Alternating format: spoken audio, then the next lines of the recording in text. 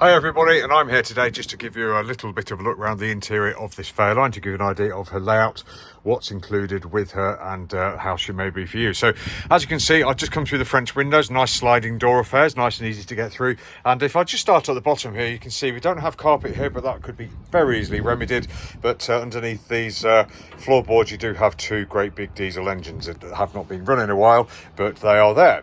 And just concentrating on the accommodation itself, just looking up, we can see we've got lovely high headroom in here, and the headlining actually looks pretty good. Lovely great big windows all the way around as well, so brilliant visibility for driving at sea, watch keeping, and also that view alongside in the marina when you get home, obviously. And of course we can see we have curtains port and starboard as well. So starting on the port side, you can see we've got an adjustable saloon table. Looks in nice nick to me. Got one little mark there, but that goes up and down too. And in the port aft corner, you can see here we've got a cupboard unit there. We've got glasses cabinet. We've got a sideboard or something there for your wine bottles by the looks of it. We've got two 40-volt sockets on board and a small flat screen in the port aft corner.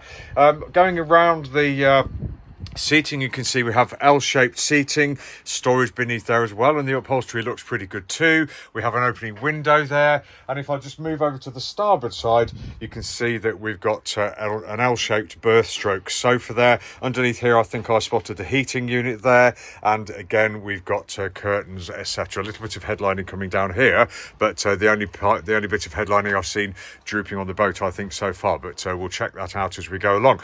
Big cupboard here underneath the helm seat. There we go, lots of room in there for all your bits and pieces. And then as we move forward, we can see that the carpet reappears. So let's move forwards and have a look, shall we? So we can see we've got the helm seat here and room for helm plus one by the looks of it. And again, the upholstery looks right to me. A little bit worn on the corner here, but either way could be used for now, I think. And there is the helm console. So if I just climb up and take a quick look around, starting from the starboard side, you can see we've got bilge pump controls, you've got the windlass control, we've got loud hailer controls there, we've got a DSC VHF, we have a stereo and the electrical panel, smaller bijou nav station here, and we have a compass here, and of course that's not looking too bad. Bit of a bubble in the top there, but nice and bright here. Wheel steering, we can steer from down here or upstairs on the flybridge, as we probably do know.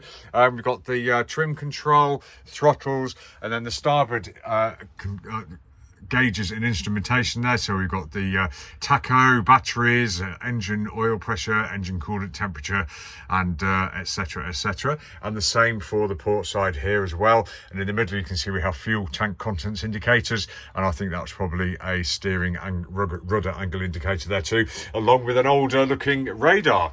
If we look up, you can see we've got depth. We've got autopilot. I'm not sure what the navigator unit is there, but we'll find out. And that's probably something to do with that, which looks like an older, some kind of plotter too. And a clock and barometer in the distance there. There's a view forward, so you can see we've got a good view of the foredeck, good view of the side deck, and opening window here as well, so we can talk to the people outside who are doing the ropes, or just get the wind through here. Good for ventilation. Now, looking down here, you can see we've got the classic galley layout, unlimited headroom here, basically, unless you're an absolute giant. Nice and easy to get down the companionway, which is there, and that brings us into the galley. So we've got a fridge here, we've got drawers and cupboards, we've got a Plastimo oven unit there with a fold-up flap, couple of burners there, grill, oven, more drawer there, and on the outboard side you can see we've got quite large storages here with sliding drawers, an opening window, we've got cupboards all the way around here, two 40-volt sockets, and another cupboard there. So plenty of room here. Oh, more cupboardry around there, and work surface as well, which is really good. So plenty of room for cooking, preparing food for a decent sized family or friends, etc. And of course, when you're in here cooking, you're not getting in the way of the companionway here, which is what I really like. So very practical indeed. Well done, Fairline. So coming over here to the starboard cabin, or the aft cabin, I would call this. It's a Pullman type cabin. A little bit dark, sorry, because we've got cushions and things in the way, but we can generally see we've got two windows there, both opening. Nice, long, decent sized, wide Pullman berth there, followed by another one underneath. I'm sure there will be some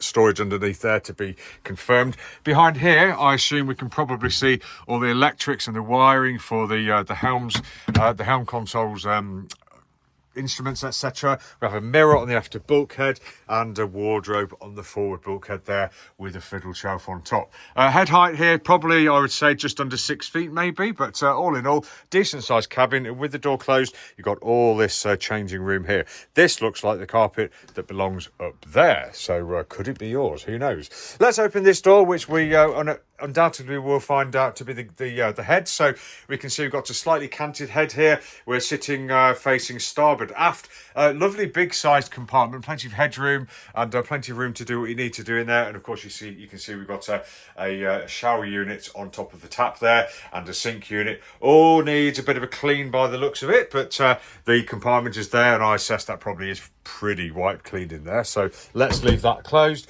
and move forwards to the forward cabin, the final compartment on the interior of this boat. And you can see we've got an offset bed, nice and wide, nice and long. Looks like we may have had a bit of a drip from the hatch there possibly. Over on the right hand side here, we've got a decent, very big size wardrobe here, some storage here, another drip from that ventilator there by the looks of it, an opening window, curtains, big fiddle shelf and a cupboard, mirror, cupboard, same on the, actually it's the same, the port side's nowhere near the same as the starboard side. Over this side, this is because the beds are decanted. Over here we've got a vanity unit there by the looks of it, and we've got drawers, if I can open those, yeah, there we go, cupboards, etc., and an opening window, big fiddle shelf behind there, and finished off by a big wardrobe here.